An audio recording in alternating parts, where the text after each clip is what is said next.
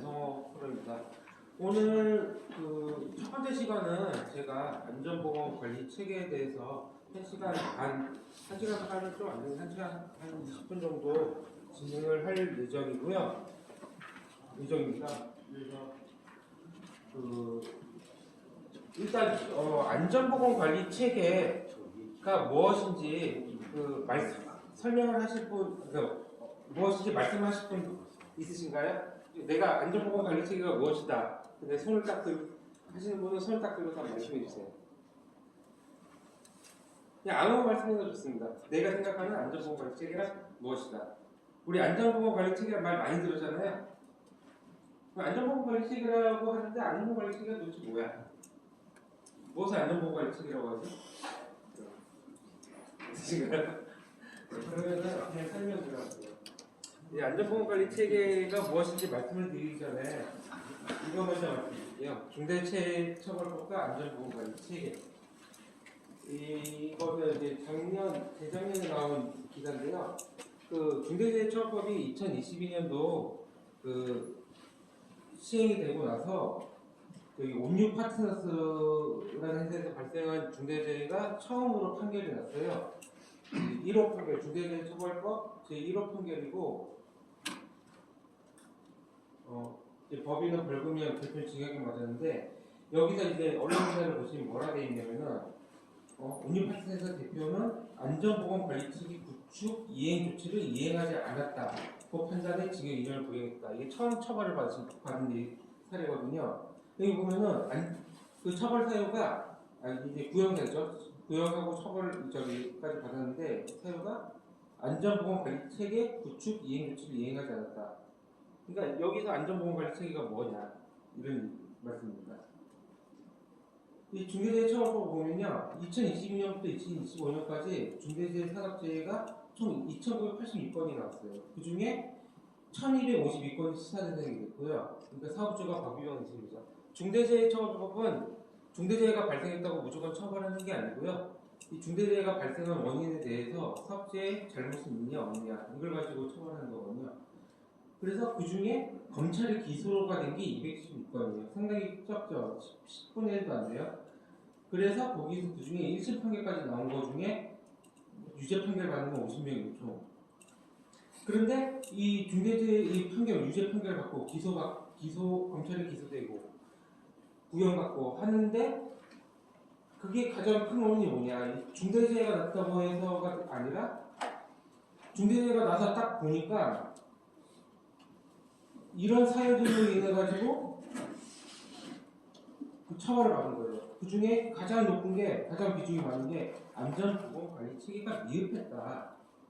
이게 90% 이상이에요. 그 외에는 위험 평가를 부실했다던가 이런 추락기행 같은 이제 안전에 대한 기본 방어 조치가 미했다던가 하청업체 우리 같으면 외주공사죠. 이런 관리가 소홀했다던가 이런 것들이 있는데 가장 큰 게 안전보건관리 체계 미흡이에요. 이게 90%예요. 그래서 저희가 그럼 안전보건관리 체계가 무엇이고 우리 회사에서 안전보건관리 체계를 잘 구축하고 잘 이행하려면 어떻게 되는가? 그리고 우리 회사는 그걸 위해서 무엇을 하고 있는가? 우리 회사의 안전보건관리 체계는 어떻게 되어 있는가? 그거를 오늘 설명을 드리고자 하는 것입니다. 일단 제가 설명을 드리기 전에 이번에 한 안전보건공단에서 만든 안전보건관리 체계에 대한 설명 동영상이에요. 짧은 몇 분 안 되는 건데 이걸 한번 먼저 보시고 그 다음에 저희 안전보건관리 체계가 무엇인지에 대해서 계속 이야기를 하도록 하겠습니다. 복잡해 보이는 안전보건관리 체계 한방 정리. 안전보건관리 체계란 무엇인가요? 안전보건관리 체계란 노동자의 안전과 건강을 보호하기 위해 기업 스스로 위험 요인을 파악해 제거, 대체 및 통제 방안을 이행하며 이를 지속적으로 개선하는 활동을 말합니다. 그럼 안전보건관리 체계 어떻게 구축해야 하나요? 안전보건관리 체계 구축 딱 7가지만 기억해요. 첫째, 경영자가 안전보건 경영에 대한 확고한 리더십을 가지고 안전보건의 의지와 비전을 제시해야 합니다. 둘째, 모든 구성원이 안전보건관리에 직접 참여하여 안전보건에 대한 의견을 자유롭게 제시할 수 있어야 합니다. 셋째, 작업 환경에 내재되어 있는 위험 요인을 찾아내야 합니다. 넷째, 위험 요인을 제거, 대체하거나 통제할 수 있는 방안을 마련해야 합니다. 다섯째, 급박히 발생한 위험에 대응할 수 있는 비상조치 계획 절차를 마련해야 합니다. 여섯째, 사업장 내 모든 구성원의 안전보건을 확보해야 합니다. 마지막으로 일곱째, 안전보건 관리 체계를 정기적으로 평가하고 개선해야 합니다. 잘 보셨죠? 그러면 안전보건 관리 체계라는 게 무엇인지 딱 좀 감이 오시나요? 1.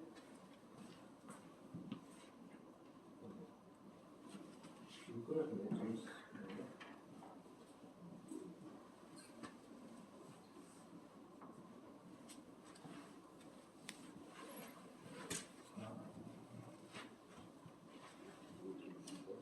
아니, 이게 지금 저쪽 화면이 안 보이네.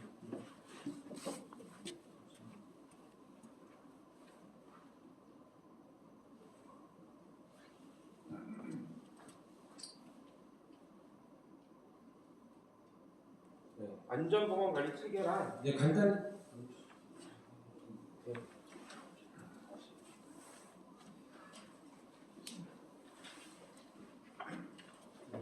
했다가 다시.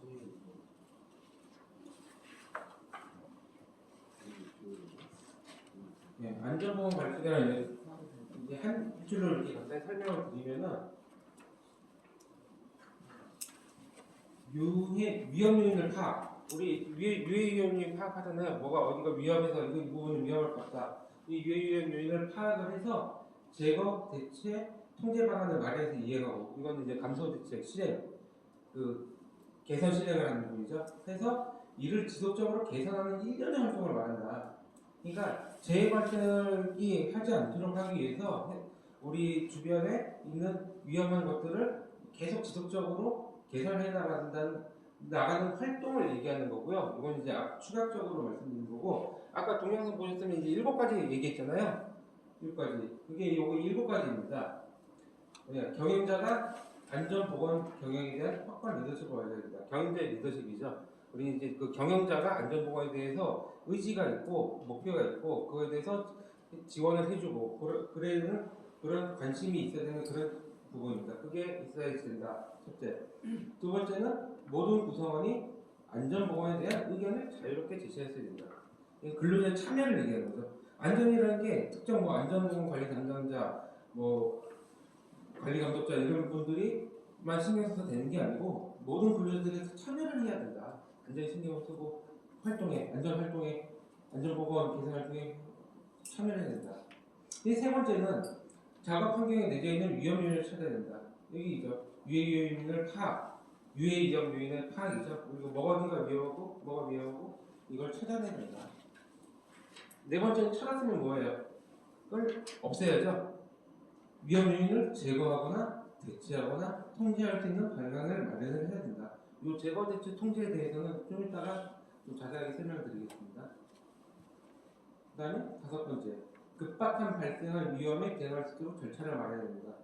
우리 사업장마다 다 비상조치계획서 다 있고 다 보셨죠? 우리 반기마다 한 번씩 훈련도 하고요. 이런 비상 상황이 발생했을 때 그거에 대해서 대처할 수 있어야 되고 그거에 대한 절차가 있어야 됩니다. 비상조치계획이 되는 겁니다. 그 다음에 6번째, 사업장 내 모든 구성원의 안전보건을 확보해야 된다.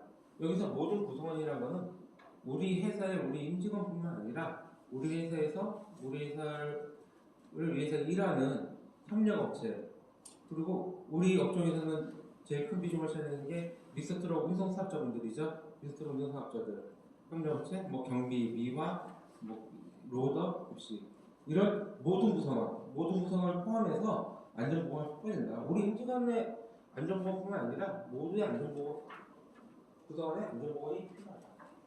7번째, 안전보건 관리 체계를 정기적으로 평가해야 된다. 우리 안전보건 관리 체계가 구축을 했어요. 그러면 이게 이행이 잘 되고 있는지 정기적으로 평가를 하고, 그러면 잘 위협한 점이 있으면 개선을 해야 된다. 이게 이 7가지예요. 이 7가지가 잘 돼 있으면은 우리 회사는 안전보건 관리 체계가 잘 구축되어 있고 잘 이행되고 있다. 물론 구축도 돼 있어야 되지만은 이 구축된 것에 따라서 이게 실행이 돼야 되죠. 이행이 돼야 되죠.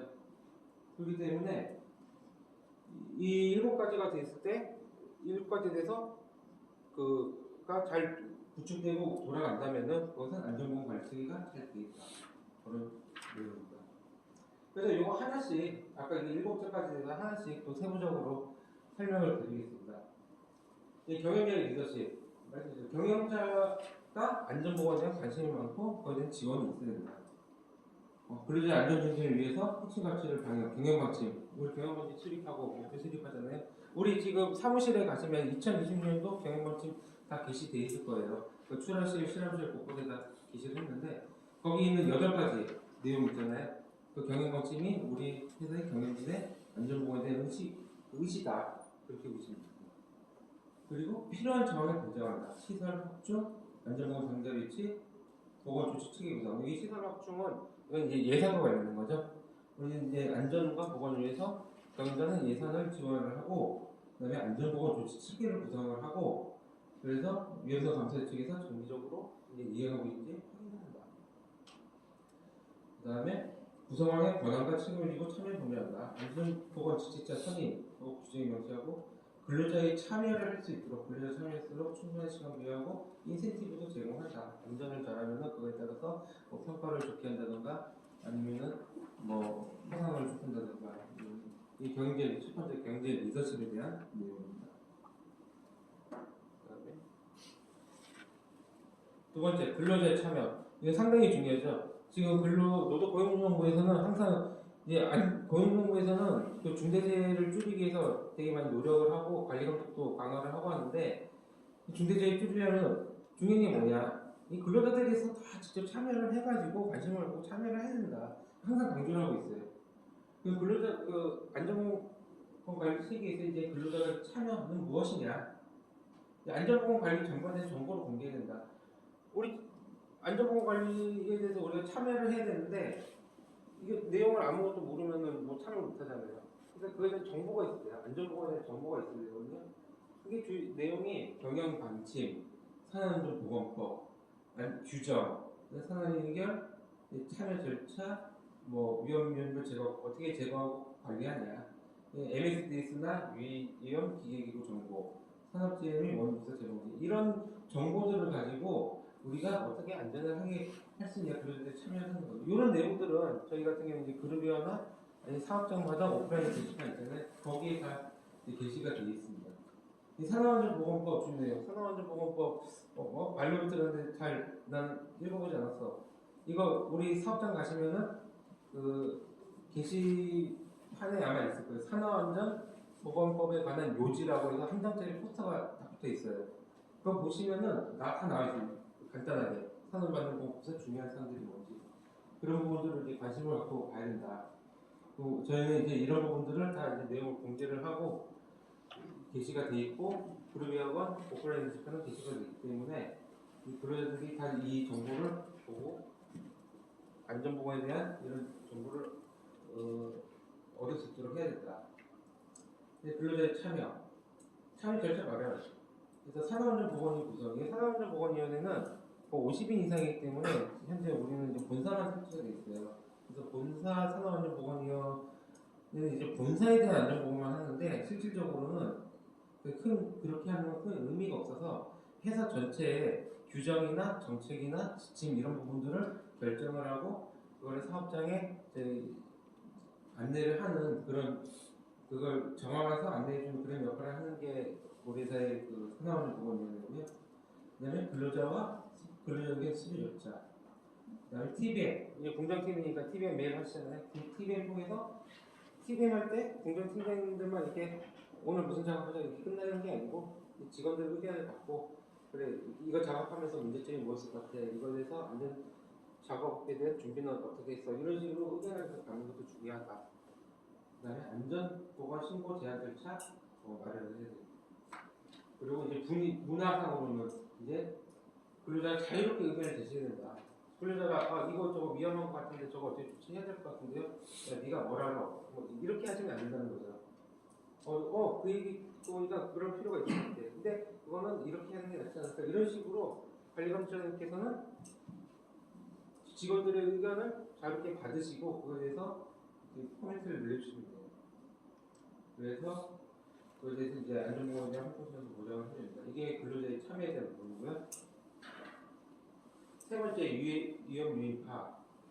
위험 요인은 에 대한 정보 수집 정리해라. 이거 모든 구성원들이 자유롭게 발굴하고 신고. 이거 내가 일하다 보니까 작업하다 보니까 아 이거 이런 위험이 있을 것 같아. 이런 거 얘기할 수 있잖아요. 그런 것들을 다 수집을 해야 되고 위험 기계 등의 파악. 우리 그 공동팀 다 갖고 있죠. 유해 위험 기계기구 관리 대장. 그거 계속 이제 지속적으로 업데이트 해주시면서 계속 관리해 주십시오. 그래서 우리 사업장에 위험 기계가 무엇이 있는가 내용이 파악이 되고 있어요. 근데 유해인자 파악. 유해물질이 우리 유해물질이 뭐 있고 우리는 이제 분진 같은 거 시멘트, 포트레 시멘트나 뭐 이런 부분들 유산염이 있기 때문에 이 유해물질에 해당이 되죠. 그리고 소음, 우리 혼합기 쪽에 이제 혼합기 돌아갈 때 이제 소음 푼다던가 이런 거 이제 청력 쪽에 좀 손상 난청 이런 거 유발할 수 있잖아요. 그런 인자들 있잖아요. 그런 것들을 파악을 해야 된다. 우리나라의 유해인자가 무엇인지 그걸 알고 있어야지 대처하거든요. 소음이 많어. 그럼 우린 대처를 해야 돼요. 어떻게? 귀마개 지급을 하고 아니면 소음이 많은 장소에서 근로 시간을 좀 줄이고 이런 형태로.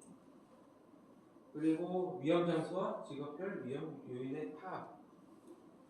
이거는 뭐 떨어진 끼임 그러니까 협착이라든가 뭐 전도, 뭐 추락, 낙상 뭐 이런 부분에 대해서 위험 장소 그런 위험 장소가 있을 거 아니에요. 높은 곳은 고소 작업 높은 곳은 추락이 위험이 있을 수도 있고 요즘 한랭 한파가 맞죠? 한파 같은 경우는 얼음이 얼면은 이제 전도 위험 미끄러져서 올해도 벌써 두 건에 안전사고가 일어났어요. 1월달만 둘 다 전도사고가 있어요. 미끄러져서 가지고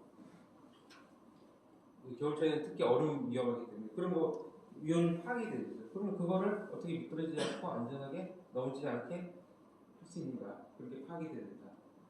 또 산업재해의 안전사고 이건 중요하죠. 산업재해 재해가 났어요. 우리 안전사고가 났어요. 사고가 났으면 이게 또 일어나면 안 되잖아요. 그럼 조치를 해야 되잖아요. 아 사고가 나보니까 원인을 조사했어. 사고 이유를 조사했어. 보니까 이런 문제 때문이야. 예를 들어서 빈칸길에 전도가 되가 넘어져가지고 허리를 다쳤어. 사고가 났어요. 그럼 그 분석을 해서 왜 사고가 났냐? 미끄러져서 겨울철에서 얼어서 그러면 이 유해인들을 어떻게 해결해야 될지 이제 대책을 마련해야겠죠. 뭐 염화발을 뿌린다든가 모래를 뿌린다든가 아니면 얼음이 결빙인 곳은 피해서 간다든가 아니면 얼음 얼음에 미끄러지지 않는 장화를 안전하게 구입한다든가 이런 거. 그 다음에 아차 사고. 아차 사고는 사고는 안 났지만은 사고가 날 뻔한 거잖아요. 아차 사고는 안전 사고가 똑같아요. 다른 점은 사고가 나지 않는데 어쨌든 사고에 날 가능성을 내포하고 있는 거예요. 그럼 조치를 해야 돼요. 바로 사고를 내고. 그래서 이런 형태로 해서 유해 위험 요인들을 파악을 해야 된다. 유해 위험 요인 파악을 하면 어떻게? 제거, 대체, 통제를 통해서 이 위험 요인을 없애야 돼요. 우리 위험성평가 하도 많이 하셔가지고 이제는 다들 위험성평가 전문가가 되시겠지만은 위험성평가를 해서 산업재해 발생 가능성과 긴밀성에 의해서 우선성을 정한다. 그러니까 뭐냐 위험성이 높은 거 우리 규정에 허용 가능한 위험이 몇으로 돼 있어요? 허용 가능한 위험. 예. 7은 계산이 나올 수가 없으니까 6 이하죠. 8 이하죠. 8 미만이죠. 그러니까 7까지. 근데 7은 계산이 나올 수가 없고 8까지는 허용 불가능인 거예요. 8부터는. 그러니까 USP가 8이 나왔다, 8 이상이 나왔다 하면은 무조건 감사대책을 수립해서 위험성을 나타내야 되는데 그것도 우선순위가 있어요. 여러 개 USP가 있지만 위험 요소가 여러 개 나왔어. 그럼 제일 먼저 있는 게 뭐냐? 높은 거예요. 우리 5 곱하기 4잖아요. 만약에 5 곱하기 4에서 20짜리가 나왔어요. 그럼 거기서 T우선이 되겠죠? 그래서 우선순위를 정한다. 제일 급한 거, 제일 위험한 것부터. 제 일어나서 가능성 높고 일어나서 큰일 나는 거 그것도 우선순위 정해서 한다. 그 다음에 위험 유인별 제어 방안을 확보한다. 인별 제거, 대체 통계수를 한다. 제거는 뭡니까? 제거하는 거죠. 예를 들어서 고소 작업을 해요. 고소 작업을 하는데 고소 작업을 하면 떨어질 위험이 있어. 추락의 위험이 있어요. 그러면은 제거를 한다는 거는 어떻게 하냐? 고소 작업을 안 하면 되잖아요. 고소 작업을 없애버리는 거예요. 그게 제거예요. 근데 실질적으로 제거를 할 수 있는 게 몇 건이 없어요. 많이 없어요. 그럼 이건 제거가 안 돼. 어쨌든 올라가서 해야 돼. 그럼 뭐예요? 대체가 됩니다. 대체는 이제 바꾸는 거죠. 예를 들면은 만약에 기계가 이게 수동식 기계야. 근데 사람이 들어가서 수동으로 기계를 막 조작을 해줘야 돼요. 그러다 보니까 막 사고가 날 수 있어요. 그럼 기계를 자동화하는 걸로 바꾸자. 자동기계로 바꾸자. 그럼 사람이 들어가지 않아도 돼. 기계를 대체하는 거죠. 그러면은 사고를 줄일 수 있잖아요. 아니면은 유해물질. 어떤 유해물질 되게 위험해요. 거기서 계속 하다가 유해물질 계속 노출되면 위험해요. 그러면은 똑같은 효과를 볼 수 있는 유해하지 않은 물질을 쓰는 거죠. 대체. 대표적인 게 이제 수소. 이제 수소는 이제 폭발위험이 있잖아요. 수소를 대신에 그럼 헬륨으로 쓰자. 헬륨이 비싸요. 근데 헬륨이 안전해요. 그렇기 때문에 그럼 헬륨을 대체해야 돼. 그럼 제거 대체까지 하려고 하니까 대체도 안 돼. 그럼 그 다음은 뭐 하는 거예요? 통제. 통제는 그거죠. 제일 쉬운 거. 우리 대표적으로 뭐 방호, 안전난간 이런 거. 위에서 고수 작업하다가 떨어질 위험이 있지만 안전난간을 통해서 통제를 하는 거죠. 떨어지지 않게. 벨트에 끼일 위험이 있지만은 방호막을 쳐가지고 벨트에 끼지 않게 통제를 하는 거예요. 통제. 그 순으로 바꾸고. 보통 통제를 제일 많이 하는데 이제 제거가 제일 우선으로 고려를 하고 대체 통제를 한다. 근데 통제도 못해. 통제도 할 수가 없어. 그러면은 개인보호 활용을 검토를 하는데 이건 가장 소극적이에요. 이건 개인보호는 이제 최소한의 정말 어쩔 수 없이 하는 건데 방법이 없을 경우에 하는 건데 이거는 이제 통제까지 해서 하는 게 좋다고 해요. 그래서 그렇게 해서 이제 검토를 하고 나면은 종합적인 대책을 수립을 해라. 위험 정보 및 복수 제한하는 거죠. 복수 한 가지만 하지 말고 여러 가지 하는 거죠. 우리 혼합기에 뭐 있어요? 혼합기에서 이제 뭐 코팅 제거 작업을 한다 할 때 그 LTO 로버 태워가지고 전원 차단하고서 그 열쇠 작업자를 가지고서 작업하고 작업 끝나면 전원 올리잖아요. 아예 작업할 동안에 작동하지 않도록 하잖아요. 근데 그것만 있는 게 아니잖아요. 우리 풀코드 스위치 풀코드가 아니라 리미트 스위치 달려있잖아요. 점검창을 열면은 꺼지게. 이런 식으로 여러 개의 제어 방안을 같이 해놔야지. 이중 삼중으로 해놔야지 안전하다. 이 중에 그래야지 하나가 뭔가 문제가 생겨서 작동을 안 할 때 얘가 대신 작동을 하면서 안전하게 할 수 있다. 그래서 제어 방안 결정되면 정확 배정, 예산이죠. 그것도 대체 확정하고 그 다음에 위험 제어 방안에서 이제 교육 훈련. 이제 다 했으면은 교육 훈련 가르쳐야죠. 이거 이렇게 해서 이렇게 해라. 이걸 절차대로 해라. 이걸 할 수 있으니까 이거대로 해라. 이런 거 교육 실시를 해야 된다.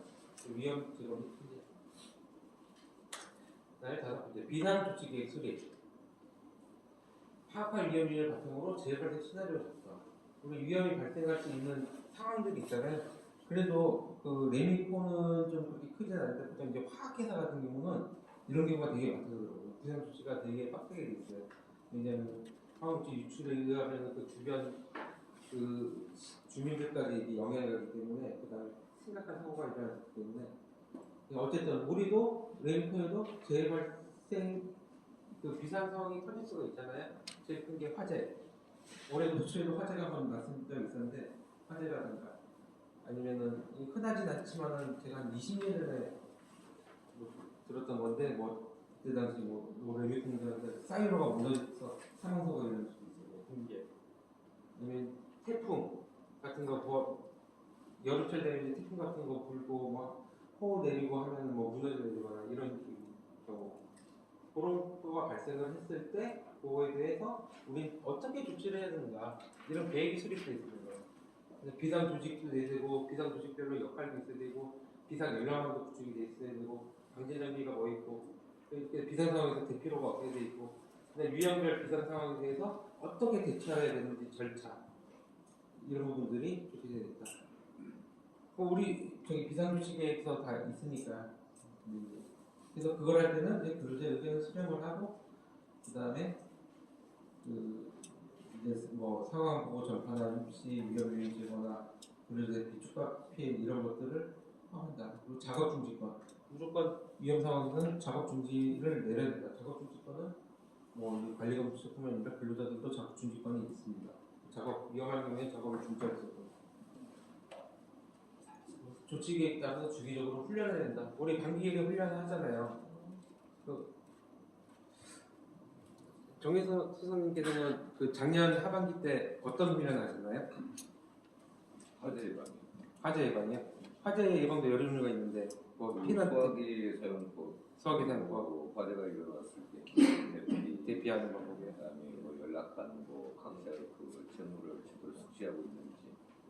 그 훈련 해보고 나니까 이제 그런 상황이 있을 때 이렇게 어떻게 대처해야 될지라는 게 좀 익혀지시나요 몸에서? 그렇죠. 아무래도 그냥 말로써 전파하는 것보다 직접 몸으로 해보고 같이 하는 거니까.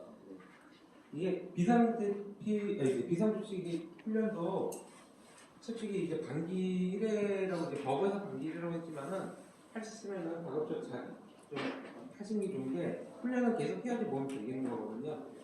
그래서 이제 그 상황이 있었을 때 그 훈련 받은 대로 몸이 자동으로 움직일 수가 있는 거예요.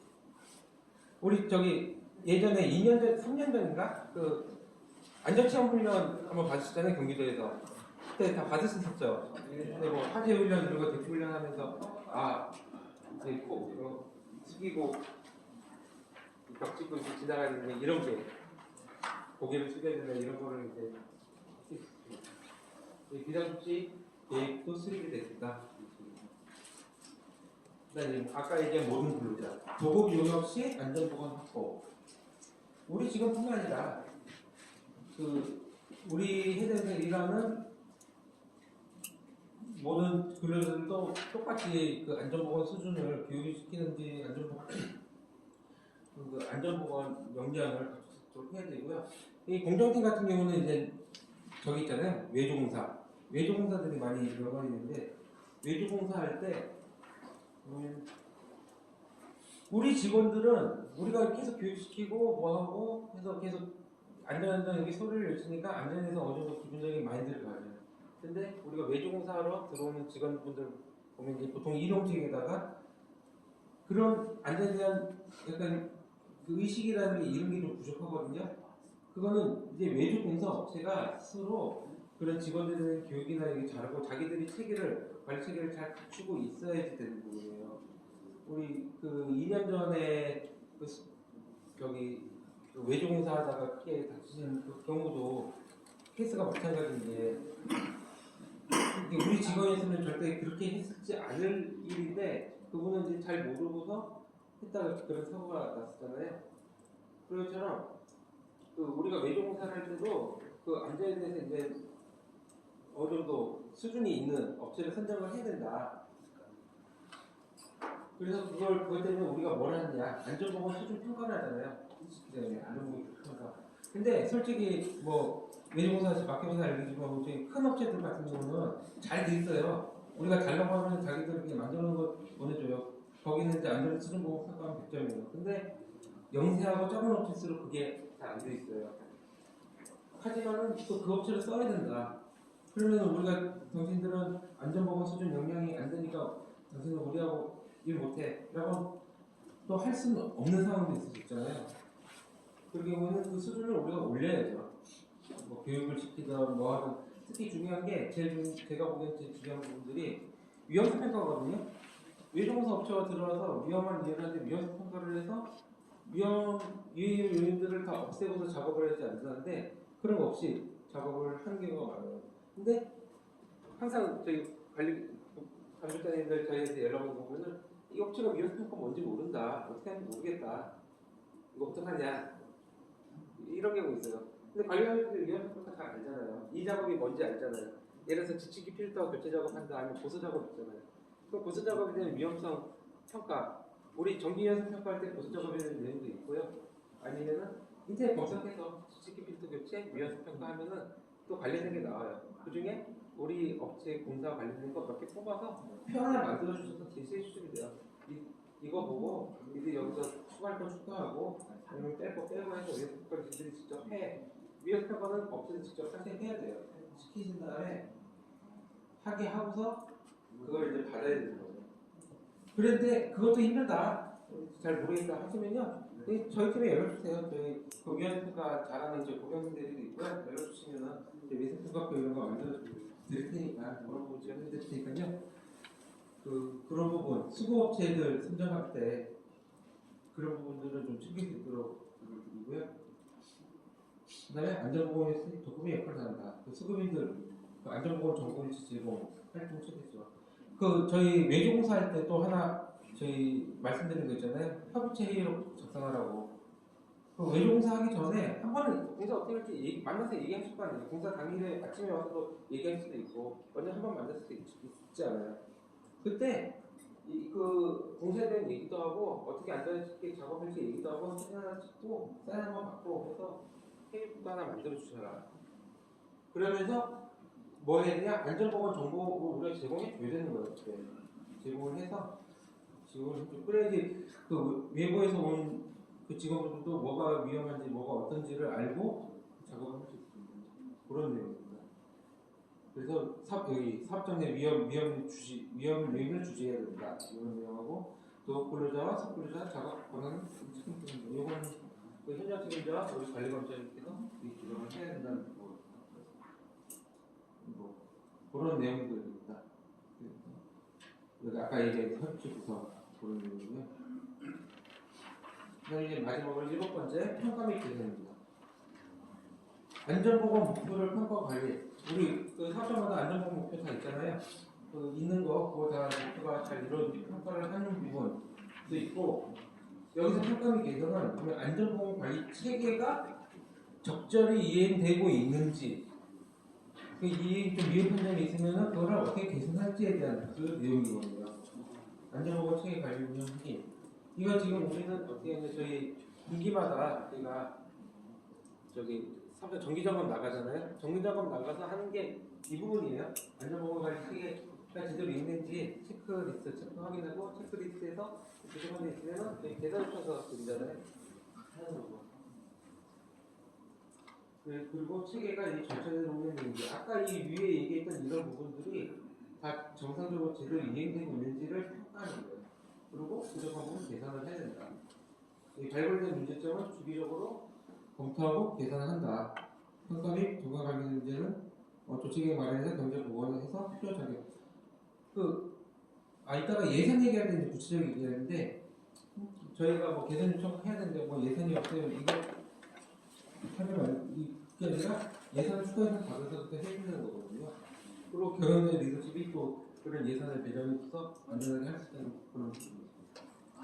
그래서 세부적으로 7가지를 제가 다 설명을 드렸고, 그러면 이제 우리 회사 유진기업의 안전보건 관리 체계는 어떻게 되는지 그거를 이제 말씀을 드리겠습니다. 첫째, 경영진 리더십. 요거 다 보셨죠? 다 이게 저희 출하시는 거 이거 다 붙어 있으시죠? 안전보건 관리. 그래서 요거 보시고 목표 보시고 그래서 우리 회사의 안전보건 방침은 어떻다. 이 8가지 알고 있는 게 경영자의 의지다. 그리고 우리도 이거에 맞춰서 안전보건 확보하는 데 있어서 이 방침을 따라서 한다고 보시면 됩니다. 그 다음에 이제 공장별로 목표 있으니까 이 목표를 달성할 수 있도록 점검을 해야 되고요. 여기서 뭐 부가적으로 뭐 간단히 좀 또 추가로 얘기하면 이제 목표 같은 경우 설정할 때는 이제 뭐 한 분이 설정하는 게 아니에요. 공장장이 설정하는 게 아니고 관리업자 혼자 설정하는 게 아니고 모두 다 같이 목표를 설정을 해야 되거든요. 저희가 뭐 12월 달 정도 되면은 내년도 목표로 세워달라고 안내를 해요.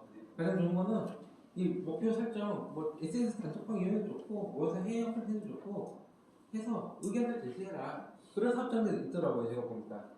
의견을 제시해서 목표 같은 거 의견 듣고 그렇게 시작하더라고요.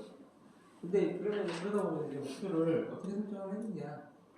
이 사례, 달성하기 어려운 목표를 설정해야 된다. 달성하기 쉬운 거는 목표로 할 수 없잖아요. 너무 그냥 가만히 앉아서 달성할 수 있는 거는 목표가 아니잖아요. 달성하고 이런 그렇다고 달성이 불가능한 걸 하라는 건 아니고 달성이 어려운 목표라. 뭐 예를 들면 믹서트로 우승사업자 월드에 안전성공을 실시하겠다. 뭐 근로자료 종사자 보고처금 캠페인을 해서 100% 상시 착용하고 정착하겠다. 뭐 이런 거. 그 다음에 정량적 수치로 구체화하라. 숫자로 나와줘라. 유인 30건, 1년에 30건 하겠다. 우리 우승 합정인데 목표 전달하겠다. 이런 식으로. 그런 식으로 목표를 뭐 부적절한 목표 설정 사례. 이거는 달성하기 쉬운 거. 뭐 안전보건 직접 선임하겠다. 이거 뭐 선임기 하나 만들면 되는 건데 목표가 될 수 없죠. 안전보건기업 듣고 수료하겠다. 이거 법적으로 해야 돼요. 이거 과태료 묻는 거거든요. 그러면 당연히 해야 되는 건데 이거 목표가 될 수 없죠. 이거는 목표가 되는 거. 근데 뭐하고 부정확한 숫자. 안전한 작업장 환경 조성하겠다. 안전한 작업장 조성이 이게 어떻게 하는 건데? 뭘 안전한 작업장이라 하는 건데? 그 구체적인 게 없잖아요. 그러니까 무엇을 해서 안전한 작업장 환경을 조성하겠다. 그런 목표는 목표 설정할 때는 이제 그렇게 선고를 하시고.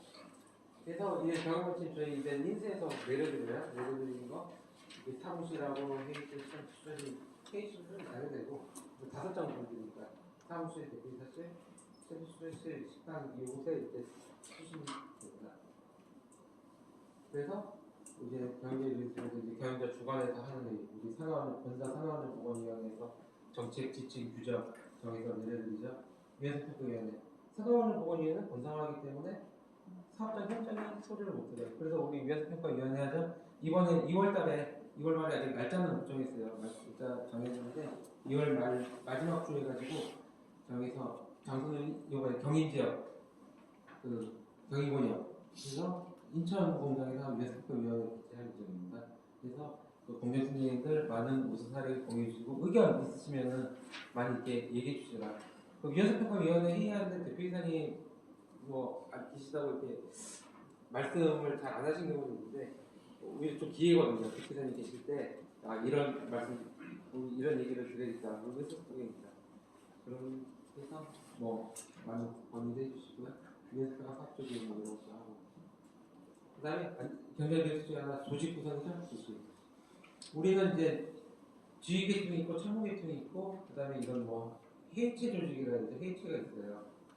그래서 원래는 이제 지휘 계통에서 대표이사가 경영 책임자인데 우리는 각 사업장으로 나눠져 있잖아요. 대표이사가 사업장 하나를 관여를 못하기 때문에 공정자한테 위임을 해서 공정자가 그 사업장을 총괄해서 책임지는 총괄 책임자로 되어 있고요. 그리고 지금 계신 관리감독자님들을 지시하고 관리감독자님들은 직원들을 관리감독을 해줘요. 지휘통제를 해줘요. 여기 지금 표현은 이게 사업장 팀장, 뭐 근로자 모든 부서를 가는데 원래 원칙적으로는 각 부서의 부서장이 관리감독자가 되는 거거든요. 근데 이게 산업법에는 뭐라고 되어 있냐면은 생산과 관련된 부서라고 정해져 있어요. 그러니까 아무래도 관리 영업 쪽은 좀 관리감 쪽을 굳이 선임을 안 해도 되고 저희가 작년까지는 QM 공정만 관리감쪽을 선임을 했었는데 QM도 지금 해석으로는 이게 생산과 관련된 건가 이게 있어서 QM도 좀 뺐어요. 생산과 관련된 거는 공정팀만 지금 이제 관리감독분들이 계시고 공정 팀장들을 컨트롤하시면 됩니다. 그다음에 이제 외주공사 여기 외주공사 빠졌는데 시공 근로자는 외주공사 컨트롤하거나 뭐 MT 미스트럭까지 미스트럭 컨트롤하실 수 있는데 미스트럭도 컨트롤할 수 있도록 이게 안전에 대해서는 이게 좀 말씀을 하고 줄 수 있도록 해야 되죠. 그다음에 참모 계통은 이제 참모 계통은 지도조원 역할이 지도조원. 그러니까 여기는 이제 지시하고 지휘 통제하는 역할을 하면 이 지도조원. 우리 강제성은 없어요. 근데 이렇게 해달라고 저희는 말씀을 드리는 거죠. 안전개선팀에서 저희 팀에서도 항상 뭐 정말 나서 이렇게 해주세요 하고 사업장 내에서는 안전보건관리 담당자가 있잖아요. 안전보건관리 담당자가 이제 지도조원 역할을 하고 그다음에 위원회평가 관련해서 위원회평가 담당자가 그 역할을 하고 그래서 관리감독께서는 이 안전보건관리 담당자나 뭐 안전개선팀에서 요청 드리는 거에 대해서는 좀 잘 따라주시는 게 또 저희 역할이기도 하고요.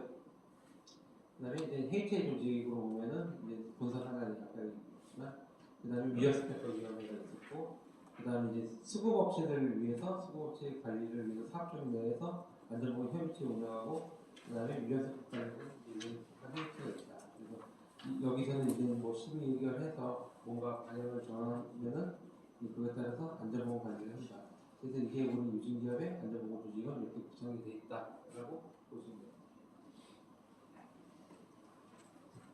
그다음에 안전보건 예산입니다. 우리가 2024년도까지는 예산이 좀 풍족했는데 작년부터 좀 많이 줄어들었어요. 그래서 작년에 거의 7억 3천 정도 예산이었다가 예산에 7억 600 거의 90% 이상을 실적을 올렸고요. 올해는 총 8억 4천 정도 8억 1,800만 원 예산이 잡혀 있고요.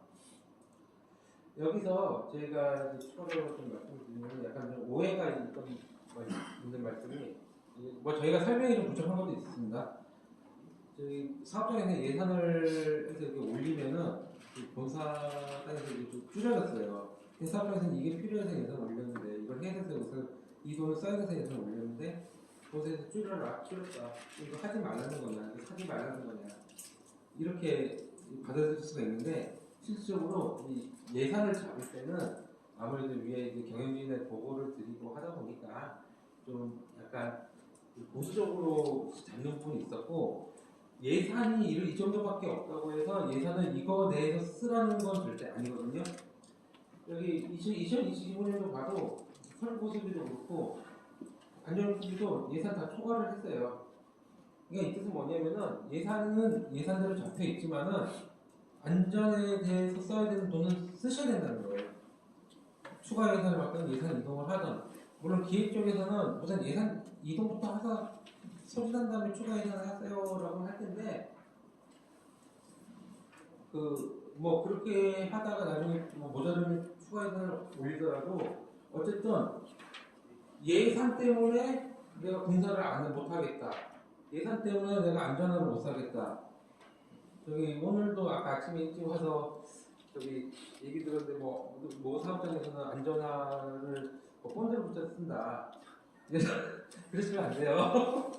새로 사주셔야 돼요. 아니 직원은 진짜 안전을 위한 건데 그걸 본드 써서 쓰면 안 되고 좀 예산이 없어서 그랬다 그러는데 신경 쓰지 말고 일단은 예산과 상관없이 이게 예산과 초과해서 쓸 수 있는지는 모르겠어요. 적격 끊긴지 모르겠는데 이거 미리 끌어다 썼다가 이렇게 해서 그런지 모르겠는데 어쨌든 뭐 기획이든 뭐 끌어다 일단 이동해서 쓴 다음에 뭐 쓰라고 하겠지만은 어쨌든 그렇게 쓰고 나중에 추가 예산 하는 거는 이거는 다 얘기가 된 거예요. 대표님께서 얘기됐고 어쨌든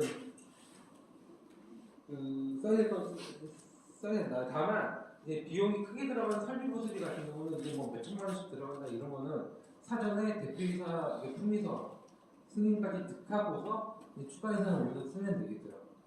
할 수는 있는데 자꾸 예산 초과하면 싫은 소리를 듣고 그 제대로 계획을 못하고 오버했다.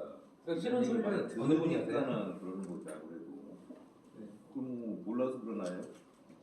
예를 들어서 뭐 안전 예산비를 뭐 1,000만 원 잡았는데 네. 물론 큰 공사 말고 하다 보니까 뭐 태풍 뭐 등등등 해가지고 그 예산이 초과되면 아무런 관리를 좀 잘 못했다는 식으로 지적을 하니까 뭐 나중에 이제 딱 데이터 보면은 결국은 오버된 거 금액까지만 얘기를 많이 하는 게 사실이잖아요. 네.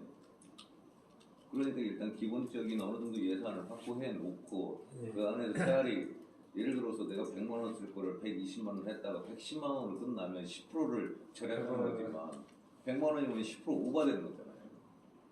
뭐 절감절감 항상 얘기를 하니까 결국 조금 더 여유롭게 갈 수밖에 없는 거죠. 예, 근데 솔직히 다른 쪽은 뭐 절감을 해서 좋게는 그런데 안전 쪽은 절감을 한 게 좋다고도 볼 수 없을 것 같아요. 그러면 그래서 그만큼 더 위험성을 갖고 있는 거거든요. 그러니까 저희도 다 생각을 해서 어느 정도 이 금액을 네. 이 정도는 좀 확보를 해야 되고 이 정도는 써야 된다라고 얘기를 하는데 네. 거기에서 일단은 기본적으로 깎고 들어오고 네. 거기서 다시 또 어느 정도 좀 절약을 했으면 좋겠다라고 자꾸 지시가 내려오고 얘기를 하니까 그럼 뭐 공장장님께서 그러신 건가요? 아니면 전략적으로? 그렇다고 할 수는 없죠. 뭐 결국은 위에서 내려오는 거죠. 왜냐하면 이제 그거를 이해를 시켜야 되니까 이런 부분들은 안전은 그게 아니다. 예, 아껴 쓰는 비용들을 다 거니까. 그렇게 가져왔으니까 몰라서가 아니라 그렇게 비용을 관리를 하기 때문에 이제 그런 부분들이 애로사항이 있다는 거죠. 예, 알겠습니다. 이건 뭐 어떻게 또 생각을 좀 해봐야겠네요. 일단은 뭐 정치적으로는 뭐 예산 상관없이 쓰라고 했는데 또 예산 쓰고 나면은 그거 가지고 예산 쓴다고 쉽지는 않은 문제 같습니다. 많이 고민을 좀 해보겠습니다. 어쨌든 뭐 회사 상황이 좀 괜찮아지면은 이런 뭐 예산 부분은 예전처럼 좀 다시 또 수준이 올릴 수 있도록 그렇게 돼야 될 것 같은데.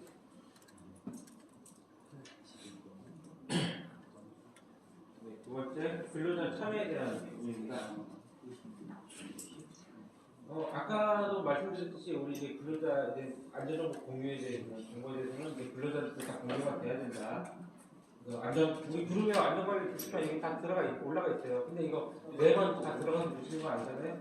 똑같이 각 사업장마다 저희가 안전 게시판 다 설치를 해놓은 했거든요. 우리 사업장 안전 게시판 어디 설치되는지 아실 거예요.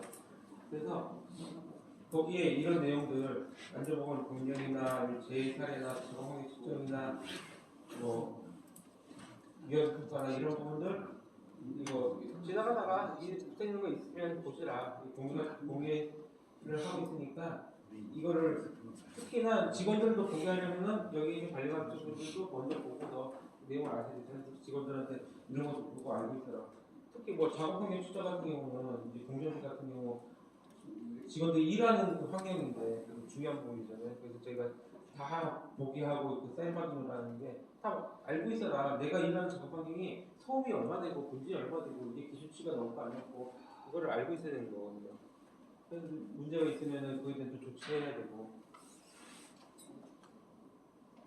그다음 뭐 위험 평가에 대해서 내용 당연히 뭐 회의록이나 이런 부분들도 우리가 회의가 안 돼서 어떻게 정해졌어? 그거 알아야죠. 회의가 어떻게 정해졌지? 그 사업장 뭐 정기 점검 했다, 안전 기술 점검 했다. 그럼 우리 사업장이 이번에 점검을 받았는데 문제가 뭐였다? 그래서 어떻게 개선을 했다? 알고 있었는데 이런 공유들이 활발하게 일하는 게 좋고요. 이제 근로자의 참여해서 뭐 산업안전보건위원회뿐만 아니라 위원회도 허용이지만은 뭐 이런 데서 회의체 통해서 근로자 의견을 수렴을 한다. 근데 이게 좀 산업안전보건이 좀 본사 위주니까 이제 각 사업장 내 회의체를 좀 위원회가 회의체라든가 이런 걸 운영하는 게 있고요. 안전보건 회의체 우리 지금 판단하더라. 시국인들에 대한 안전보건, 미스터트럭 기사들의 안전보건까지 같이 협의를 해서 참여를 해서 협의를 한다. 그다음에 우리 직원들은 뭐하냐? 안전시고 제한 이런 거 활발하게 했다. 그 채널을 딱 마련했잖아요. 제한안도 있고 제일 편 단톡방. 이 단톡방 활성화하는 사업장도 있는가 보면 약간 좀 잘 안 쓰는 사업장도 있는데 이 단톡방 다 모이는데 여기서 그냥 던지는 거 딱 지나가다가 그 뭐야?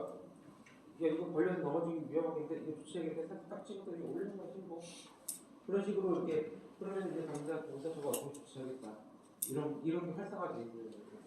솔직히 저희가 보기 안전제한 같은 경우는 이제 보다는 이제 SNS 단톡방 이게 훨씬 쉬울 것 같고 안전제한은 이제 직원보다는 이제 수거업체나 리서치 기사들 같은 경우는 이제 이런 채널이 없으니까 이거 통해서 제한할 수 있도록 하면 활성화하는 게 그다음에 뭐 안전보건 이벤트 같은 거 이제 안전의사 제공하기 위해서 본사에서도 이제 1년에 한 번에서 2번 정도 이벤트 하고 사업장에서도 자체적으로 이벤트를 하시라고 제가 이제 관리 쪽에는 말씀드렸어요. 그래서 그런 거 하면은 또 참여를 하면 되고요. 참고로 그 2022년도 본사 주관해서 진행할 이벤트는 수기 공모전 할 겁니다. 수기 공모전은 뭐냐면은 어렵게 생각하지 마시고 내가 지금까지 일하면서 안전과 관련해서 있었던 경험, 사례 이런 것들을 수기로 써서 이렇게 해서 좋은 사례 있으면 뽑아가지고 포상할 예정이니까 많이 참여 부탁드립니다. 그건 이제 하반기 때 진행할 이벤트라 그때 되면 다시 참여해 주시면 됩니다. 그다음에 유해위험 유입파 유해위험 유입파를 할 때는 어떤 방법이 있냐 사업장 순회 점검을 통해서 유해위험 파일 있잖아요. 저희 안전기능팀 와서 점검할 때마다 저희 몇 가지씩 던져주고 가잖아요. 이거 계산해달라고. 그 위에 하는 거죠. 기술지도 할 때도 있고. 그다음에 여기 계신 관리감독자님들께서도 매일매일 1일 점검 하시는 체크리스트 하시면서 매일매일 뭐 보지만은 보다가 저기 좀 위험한 부분인데 그렇게 파악할 수 있네요. 왜냐면 이 직원들이 근로자들이 통신한다. 제한제도 SNS 아까 얘기했던 성실로 제한을 해서 파악할 수 있고 청취 이 지나다 면담하다가 저게 문제가 있었는데요. 아니 TV에 얘기하다가 이 작업 보니까 저 설비가 좀 약간 문제가 있어서 좀 위험할 것 같은데요. 이런 식으로 위에 파악이 될 수도 있고 연습하고 회의하면서도 나올 수 있고 안전보고 자료 재해보고서는 바로 저희 그래서 맨날 저희 올해부터는 예전에는 좀 큰 사고 우리 사업장에서 사고 중에 큰 사고만 저기 재해 알림이 안내드렸는데 이제는 모든 사고 사선 사고라도 모두 안내를 드릴 거예요. 사선 사고도 어떤 사업장에서는 큰 사고가 일어날 수 있기 때문에 그걸 줄이기 위해서 그럼 재해 사고가 어떤 A라는 사업장에서 사고가 일어나면 이게 B, C, D, F 사업장에서 다 똑같이 적용되잖아요. 같은 의미적이니까. 그러니까 그런 정보들을 가지고 우리 사업장은 이 사업장에서 저것 때문에 저런 안전사고가 일어나는데 우리 사업장은 우리 체크해보자. 그게 수직 위험성 평가잖아요. 이 수직 위험성 평가라는 게 꼭 감시 대책을 안 해도 돼요. A라는 사업장에서 사고가 났어. 우리 사업장 위험성 평가를 해봤더니만 위험성이 4야. 현재 안전보고 조치가 잘 돼 있어. 그러면은 감시 대책 없이 그걸로 위험성 평가가 준비돼요. 그러면서 위험성 평가가 한 건이 완료되는 거예요. 그렇게 위험성 평가를 해주시면 되고. 작업 환경 측정 결과 당연히 우리 사업장에 유해자가 뭐 있는지 이걸 통해서 확인하는 거예요. 진짜 소음이 심하다. 그 소음에 대한 대책을 마련해야 되겠죠. 그런 식으로 하더라고요. 체크리스트는 이걸 우리 5년 지나서 5년 체크리스트 뭐냐면 시기별로 체크리스트 같은 거 한번 하면서 거기서 나올 수 있는 부분 파악됐습니다. 그리고 우리 공장팀 다 갖고 있는 유해위험 기기 기구 대장 통해서 이렇게 하겠습니다. 우리 유해위험을 하기 때문에 네 번째 유해위험의 유해 제거 대체 통제. 아까 구체적으로 설명을 드렸는데 제거 대체 통제 순으로 이게 개선을 실행한다고 말씀을 드렸고요. 우리 회사 기준에서 제거 대체 통제 사례를 하나씩 설명을 드릴게요. 요거는 저기 위험평가위원회 때 나온 우수 사례 중 하나인데,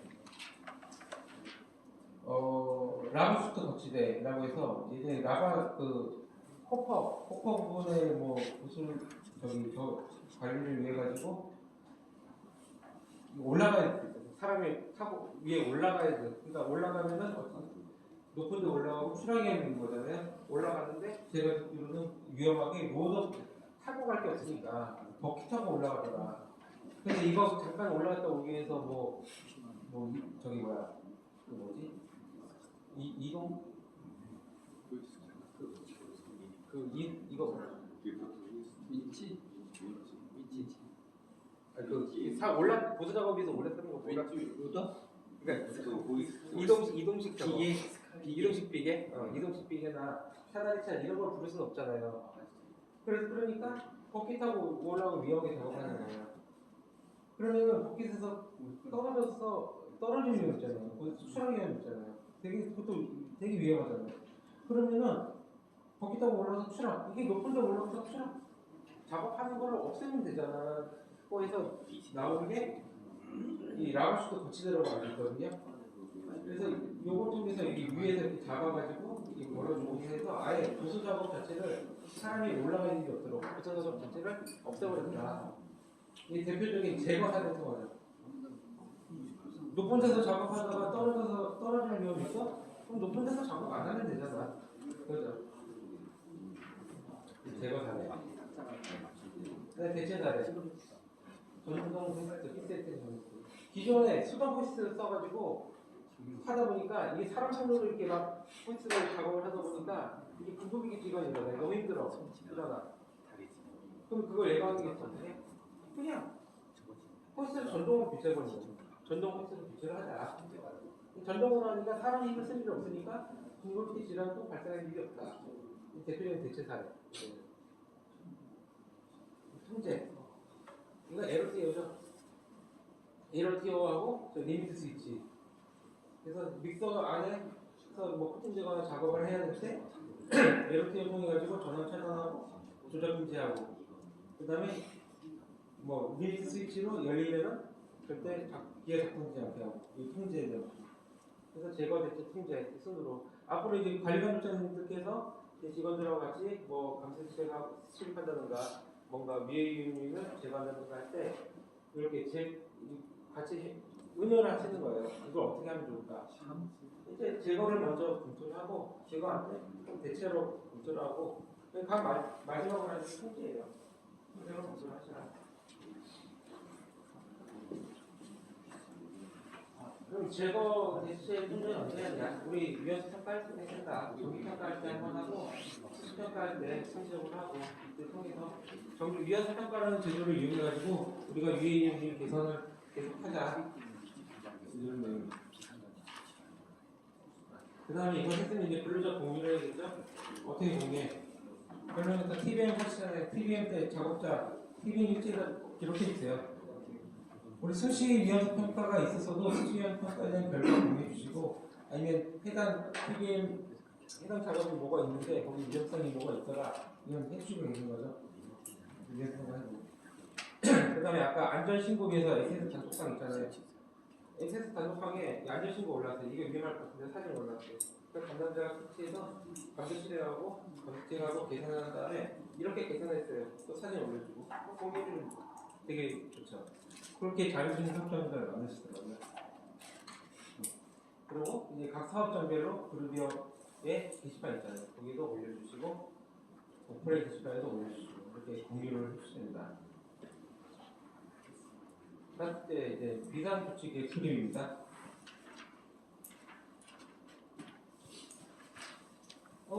이거 뭐 다 저기 각 사업장 우리 사업장 비상조치 계획 다 보셨죠? 그래서 잘 알고 계실 거고 그래서 조직 구성하고 각자 임무 부여하고 그 다음에 뭐 비상 대피로 같은 상황에 따라서 비상사태 상황에 따라서 대응 절차 그 다음에 이제 시나리오도 있어요. 시나리오까지 저희가 정해 추가했잖아요. 상황에 따라 시나리오에 따라서 비상 대피 훈련도 해주시면 된다. 그래서 비상 상황이 발생할 때 우리는 이렇게 대처하겠다. 그래서 이렇게 비상 대피 훈련할 때는 그 뭐 미사트럭 기사나 우리 수급 업체들 다 포함해서 같이 해주시고 훈련을 기재고 사진 찍어주시고 그 평가해서 뭐가 미흡하고 뭐가 잘 돼 있고 평가를 해서 다음에는 어떻게 개선하겠다. 그리고 훈련 참여하신 분들 사인 한 번씩 다 해주시고 그 다음에 6번째 도급 용역 입학입니다. 이제 도급 용역 입학은 이제 여기 관리관 공정팀 관리관조차 분들이시니까 제가 저기 외주공사에 대한 얘기만 할게요. 이 외주공사에 대해서 저희가 제일 많이 전화를 받습니다. 이거 이럴 때 이 서류 작성해야 돼요. 이거 해야 돼요. 이거 굳이 해야 되나? 서류가 너무 많다. 그래서 저희가 지금 기준을 마련했어요.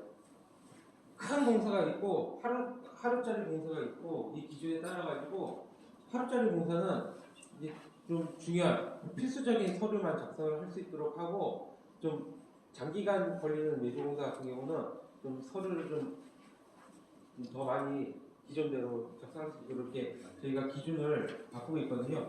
그거는 저희가 완료되는 대로 안내를 해드릴 거예요. 그래서 그 외주공사 서류 때문에 이게 스트레스 많이 받으시잖아요. 그 서류가 뭐 한두 개도 아니고 이걸 어떻게 작성해야 되는지 작성할 것도 많고 작성하느라고 바빠 죽겠고 그래서 어쨌든 큰 공사는 뭐 며칠씩 이상하는 큰 공사는 제가 알기로는 1년에 한두 번 있을까 말까 하는 걸로 알고 있어요. 그런 공사만 좀 잘 챙겨주시고 뭐 하루 단위로 끝나는 그런 공사, 짜잘한 공사들 같은 경우는 최소한의 서류로 갈 수 있도록 저희가 일단 그 기준을 마련했고 그거를 이번에 1분기 안전 사업장 점검 때 설명드리고 그 매뉴얼까지 만들었거든요. 안내해 드릴 예정입니다.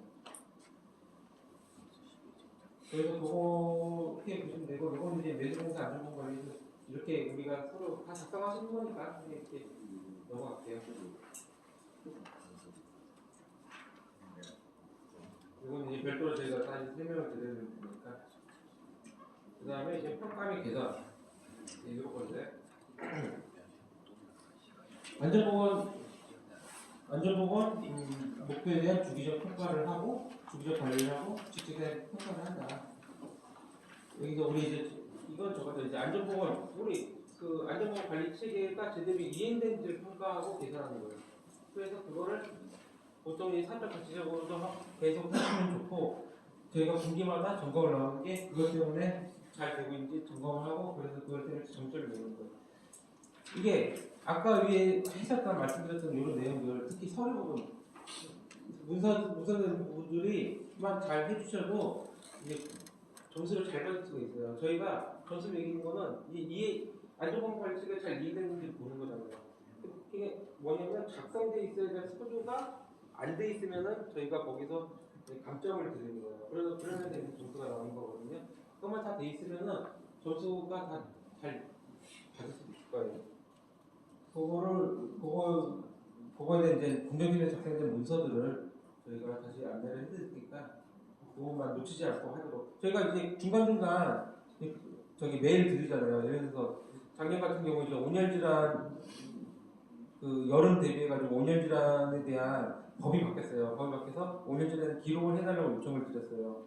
근데 어떤 사업장은 해주셨는데 어떤 사업장은 안 해주셨어요.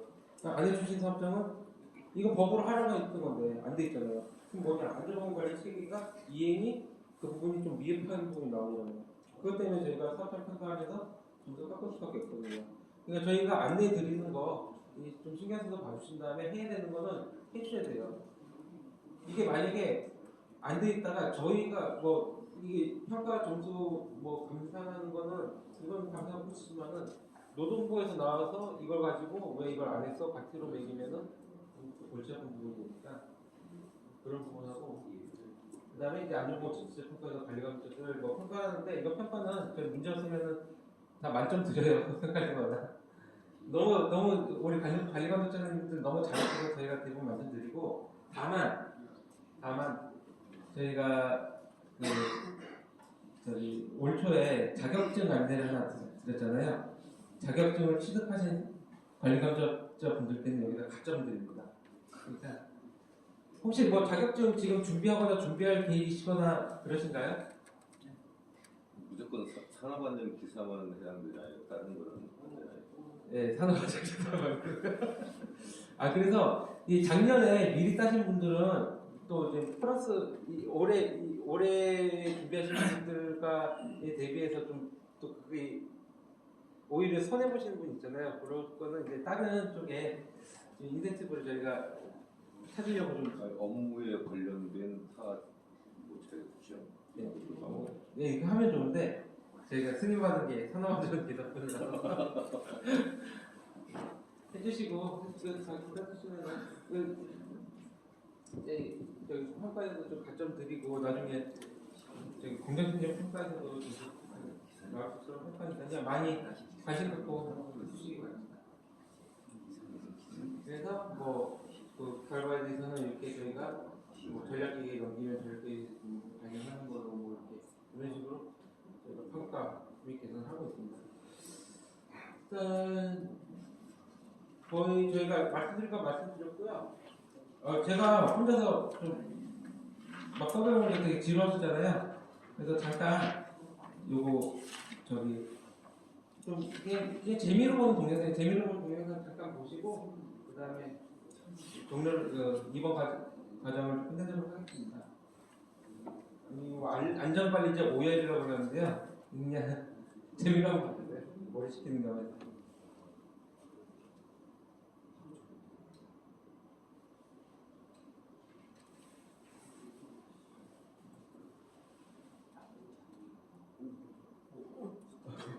위험한 점이 있죠.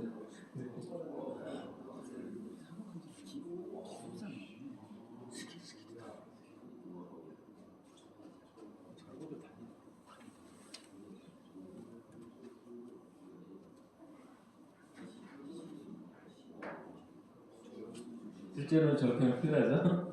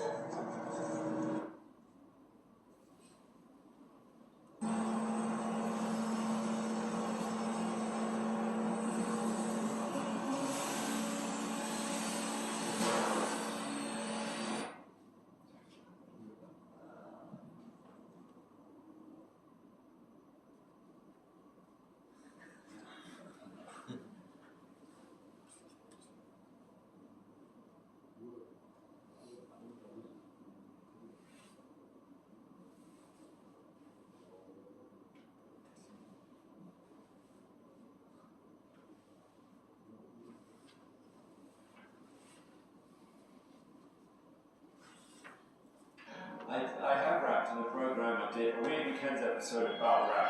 Can you remember any of the rap you did? My money don't jingle jingle, it falls. I like to see you wiggle wiggle, for sure. Wiggle wiggle, you know, riding in my Fiat, you really have to see it. 6 feet 2 in a compound.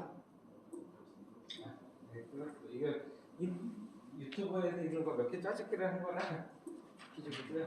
하여튼 저기 9시 19분이네요. 10분 동안 휴식을 하신 다음에 9시 반부터 다음 과정 진행하도록 하겠습니다. 이준 씨 수고 많으셨습니다.